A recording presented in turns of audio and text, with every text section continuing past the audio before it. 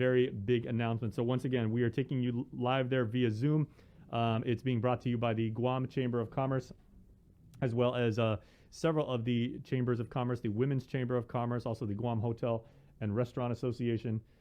We will be taking you there momentarily. Kathy Castro, who we interviewed, of course, the president of the Guam Chamber of Commerce, was talking to us about some of the impacts on business and what's expected to come in the next few months, as Guam still is in recovery mode. And remember, she said she doesn't see us being in a normal operational tempo for several months now. It is expected that the governor will touch on that. Talking about, again, she has been targeting and she has been giving her charges to the businesses of Guam to say, let's get ready, because on Liberation Day, like probably our most cherished holiday here on the island, that will be the day when we can reopen tourism. So now let's go live to the Hyatt on Tumon Bay for the Economic Forum. Health and safety, which is very important to all of us. We have some information to share with you. And first and foremost, we really like to give special thanks to the Department of Health and Social Services Division of Environmental Health for working with Guam Hotel and Restaurant Association and the Hyatt Regency Guam on the health and safety protocols and the guidance for this conference at the forum today. Some other items: breakfast is available outside in the foyer, and the to-go lunch will be provided to all attendees at the end of the forum. Restrooms are to the right of the ballroom, the forum area. We ask that you please follow all health and safety protocols by wearing your mask at all times and maintaining social distancing and as much distancing as possible. We want you to know that all microphones will be sanitized between the speakers. And as you see on the stage too, there will be social distancing for the panelists. Attendees will be able to ask questions either in the ballroom or live on the webinar chat at the end of each panel, should time allow. Please know that we may not be able to get to all of the questions depending on time, so we ask for your understanding and patience as we get through it. This forum is live on Zoom and will be recorded. The Economic Forum is also being streamed live on the Guam Hotel and Restaurant Association's Facebook page, as well as KUAM.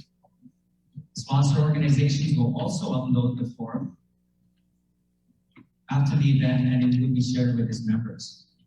And some will be uploaded into the respective websites of the organizations and will be available on YouTube channels.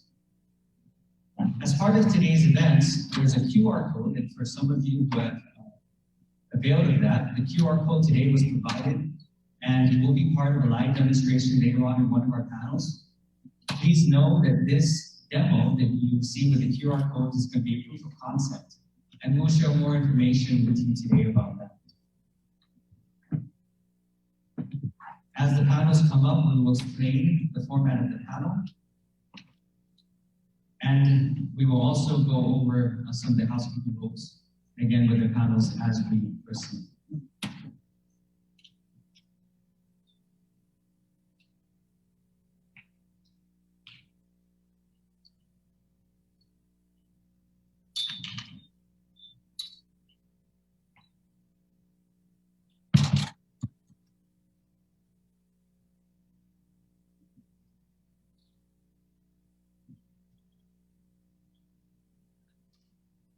Throughout this public health pandemic, we have been challenged in many ways beyond any of our programmed decision-making processes or systems. During this pandemic, leadership became a necessity on many fronts. And there is one individual who could share more stories than anyone in this room. And I hope that she kept her journal, because I'd love to read about her leadership experiences during this historical period. That isn't over yet, and is why we are here, to continue the path forward for our island's recovery efforts together. Please join me in welcoming the Honorable Governor Lou Leon Guerrero, Imaga Hagen Bohan, to give her welcoming remarks.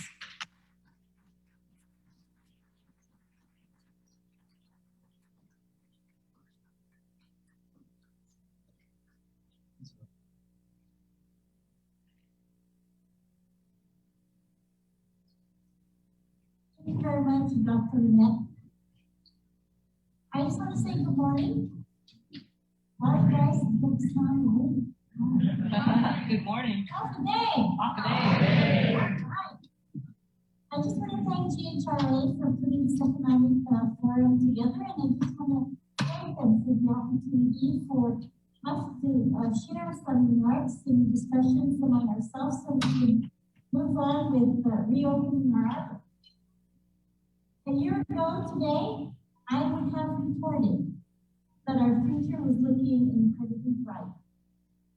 Tourism numbers were approaching 2 million, the military buildup was moving forward, employment grew 4.3% since 2018.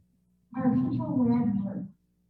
Cash reserves were up, and receiverships were disappearing.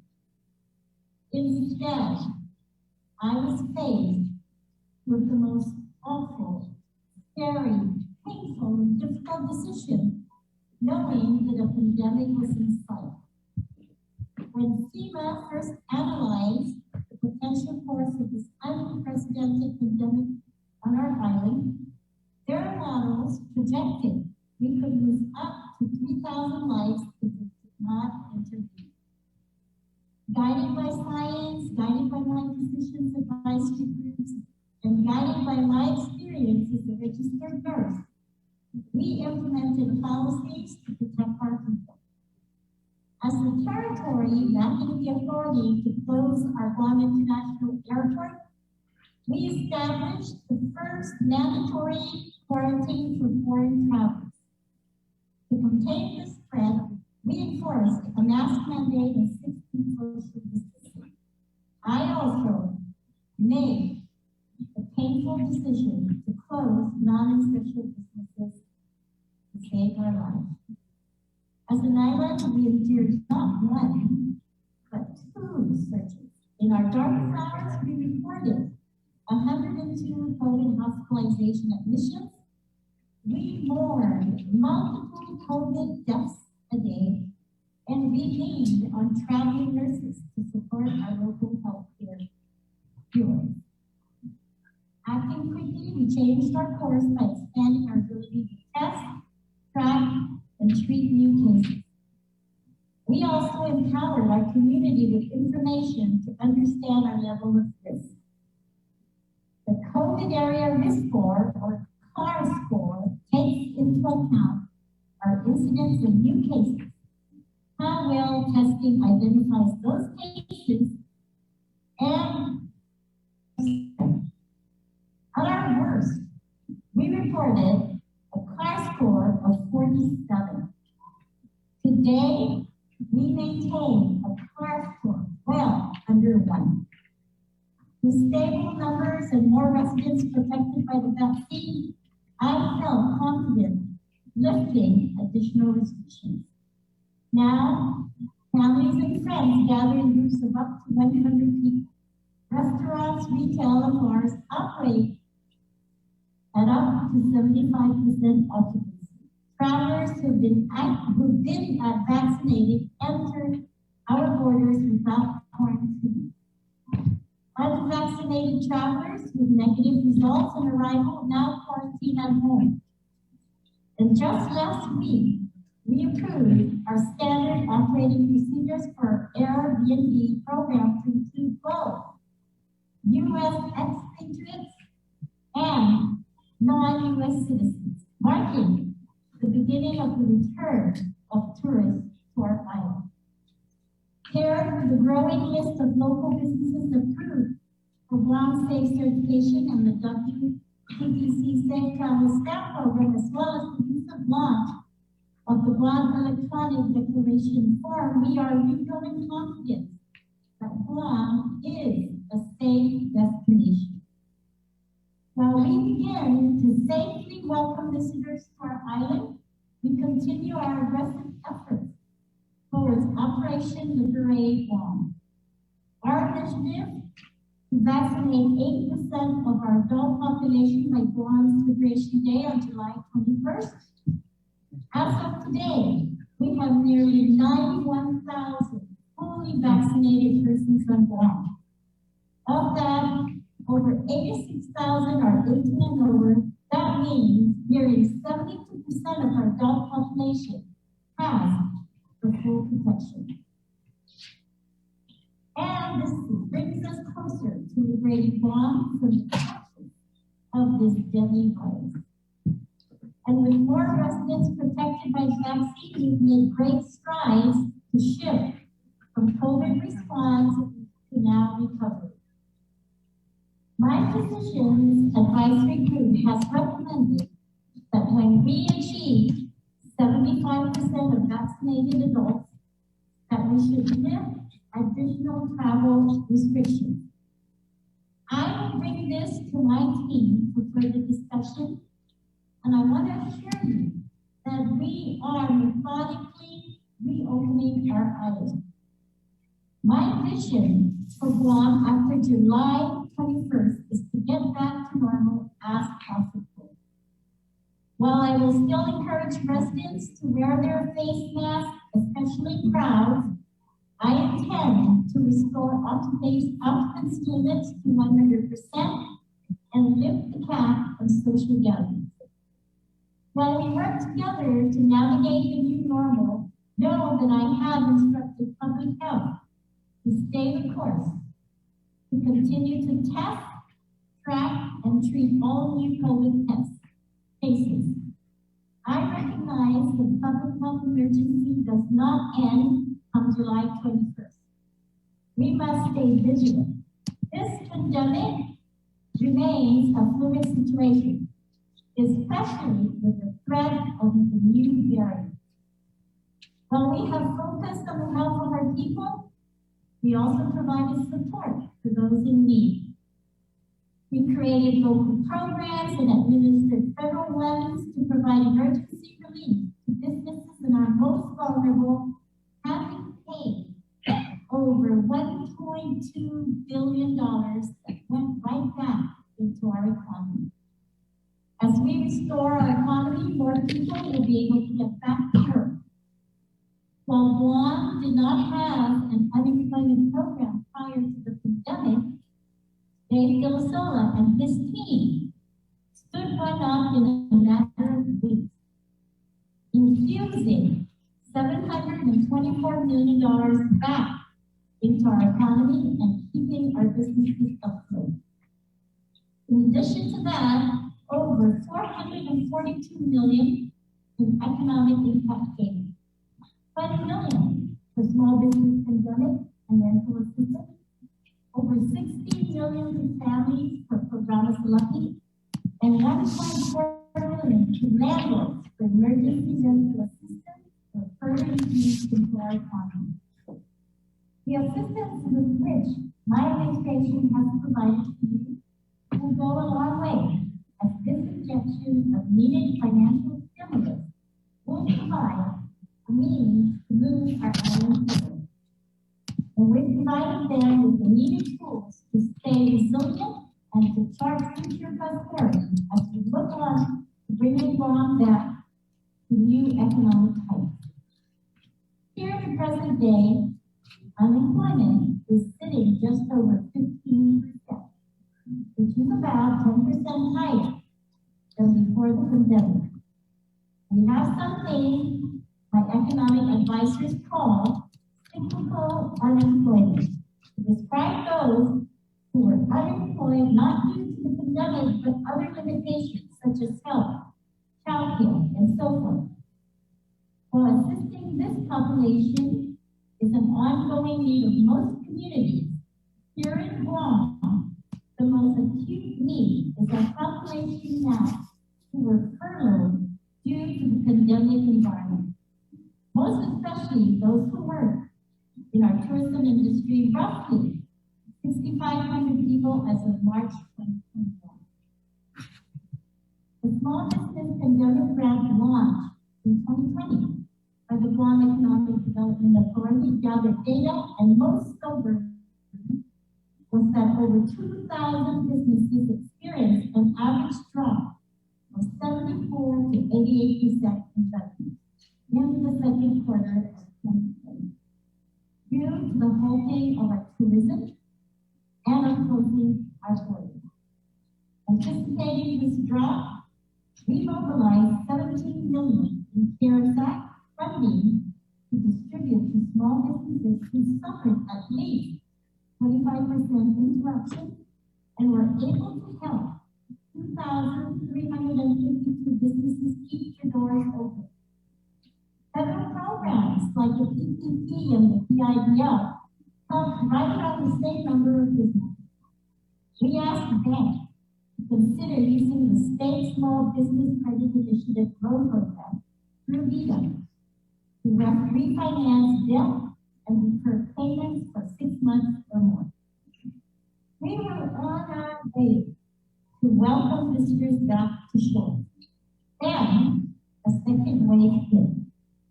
Realizing that this placed an added strain on the operations of our service and retail industry, we quickly stood up a small business rent assistance grant program. We distributed over 400 checks amounting to $3 million. While most states and territories rely solely on the Paycheck Protection Program and the Economic Injury Disaster Loan Program, we established our own local grants to expand assistance to our business. Other territories, including Puerto Rico and the Northern Marianas, started offering some granting at the territorial level, but we continue to offer remote. I stand legislation to lift the base on this exemption so that more small businesses would pay less in GPP. I waived convenience fees and I directed revenue and tax to accept payment plans. And yes, our individual stimulus programs help our people meet their needs and it pours their money into our local businesses. This is not a problem, a good problem. Inventory was flying off the shelves. You couldn't find a bicycle at Target, a truck at some of our dealerships, or a couch at the furniture store. People went. Realizing the need for industry diversification, I asked our agencies such as the Department of Agriculture and even our village mayors to take part in getting Guam working. Many answered the call. The nonprofit GUMA received funding from the Administration of Native Americans to incubate businesses at home. Yard making, cooking, our cottage industry. Farmers of the co-op who lost hotel business came together to provide produce bags to the community through public health. The need to diversify our economy is nothing new, and at the outset of my administration, I established an agriculture task force. The U.S. Economic Development Administration has poured money onto understanding and making efficient our commercial agriculture industry. Our local hatchery is selling 1,000 pounds of shrimp a month, and it is very delicious. Additionally, with the help of the Chamber of Commerce, we brought together my economic working group recommending multiple industries, including expanding construction, manufacturing, pharmaceuticals, ship repair, technology, and others. Many of you in attendance here today volunteer on this working group, and I thank you for your contribution. Your feedback and insight has been invaluable. One thing I know is that our business here are resilient. Prior to the pandemic, we experienced the collapse of the yen in the night, series of super typhoons, SARS, and even the threat of North Korea. Our community is like a triage in the emergency room. We are responsive, we adapt well to stressful situations, and we get the work done. In the immediate future, I plan to use American Rescue Plan money to offer another round of small business grants. While the clock is ticking on PUA, my administration is preparing an initiative to transition the unemployed to employed. But I need you to partner with me. We are working to incentivize the return to work so that you can be more aggressive in your hiring. The concept is this. It is designed to subsidize your new hires for 3 months so that you can get back on your feet. This way, we help businesses and get people working. Stay tuned for Dave Dillison. In summary, we are offering direct aid to small business, stimulus for families to spend in our economy, and continued policy work to create a more business-friendly environment. I know we don't always agree, but I hope you realize we are all in this together, and we are on the same team. In the words of Bruno Mars, I'ma leave the door open. Tell me that you're coming through. Kazoo Classy and Viva Bell.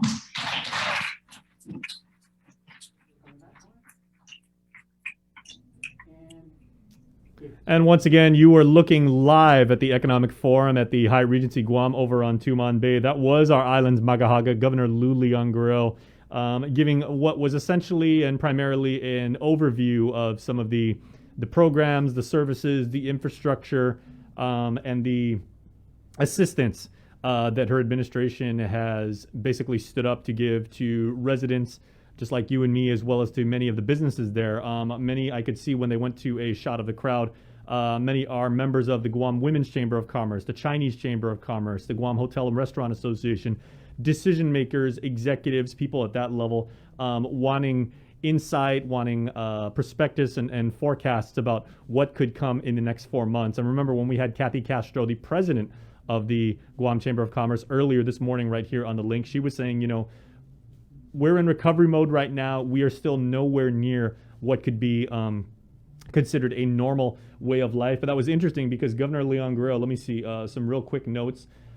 She is saying that she does plan to methodically open our island, still using a phased approach, very iterative going over this. She opened by basically saying she feels confident lifting additional restrictions. She also indicated that as we move closer and closer to the stated goal of July 1st, of course, being Liberation Day, of Guam's most revered holiday, the day that we were liberated from Japanese occupation on July 21st back in 1944. That is the goal that she set, and hopefully if we get to herd immunity by then, she did say that she is considering lifting the cap on social gatherings. Of course, right now, generally speaking, in restaurants, and that's about 75% capacity. I believe bars are still at about half. As far as the numbers right now, she was saying 70% of the adult population has been inoculated at this point. So adult population. Remember the amount of young people that are now beginning to receive the vaccine. Just a few weeks ago, it was allowed that people 16 years and that demographic could receive their vaccination shots as well. So 70% of Guam's adult population, roughly about that number, has now been fully inoculated. As per the advice of the Physicians Advisory Group, once Guam does hit the 75% mark, the governor will lift additional travel restrictions, and she does plan once again to lift the cap on social gatherings. We told you at the top of the show, about 91,000 people have been fully vaccinated. That does include adults and younger people. So we are going to have a lot of this. We've got at least 2 people covering this right now. We've got people watching this on Zoom. We're also going to have some people down there. We'll get some face-to-face reactions. We do want to tell you, if you do want to watch this, very, very riveting stuff, if you want to see what the future of the Guam economy would be, and the much anticipated return of tourism, of course, our #1 economic driver, go to ghra.org. If you would like to directly jump in the webinar and have an interactive session, you can join their Zoom webinar. If you just like to watch, you can go on Facebook, because the Guam Hotel and Restaurant Association's page, as well as the Guam Chamber of Commerce's page, are streaming today's Economic Forum. I just want to give you a real quick advisory on some of the speakers that will be presenting. You just heard from the governor, of course. Vaccine tourism is up now, and I've still got it here on my screen, and they are preparing for that presentation. That's going to be given by Public Health, GVB, and a host of other organizations. That's vaccine tourism. That goes for about a half hour. The essential tools presentation will cover the very popular Guam Safe Certified program. There are over 100 local businesses that have now been vetted as Safe Certified. We have a segment right here on KUM every Monday where we feature those companies. So that's going to be at 10:15. At 10:45, the QR code program. I know a lot of people have been DMing us asking what is going on with that. When is it supposed to be? It was supposed to have launched. They were projecting maybe about 2 weeks ago. But the QR code program, the presentation of that is at 10:45. And then at 11:15, some of the scholars over at the University of Guam will be revealing some of the studies that they did into COVID-19 and its impacts on both the private and public sector. So there is a lot of information to take in, a lot of really good stuff. So we invite you to check that out over on GHRA or the Guam Chamber of Commerce's Facebook page. As for us, we're going to take a break. We're going to get situated with our Zoom call right now, and we're going to see if Chris is reading to kids over in Laddie Heights. He's at Atikow Elementary School, and he is standing by. We got some good stuff coming up. So please stay with us right here on The Link. KUAM News, in partnership with the Guam Visitors Bureau, brings you the Guam Safe and WTTC Safe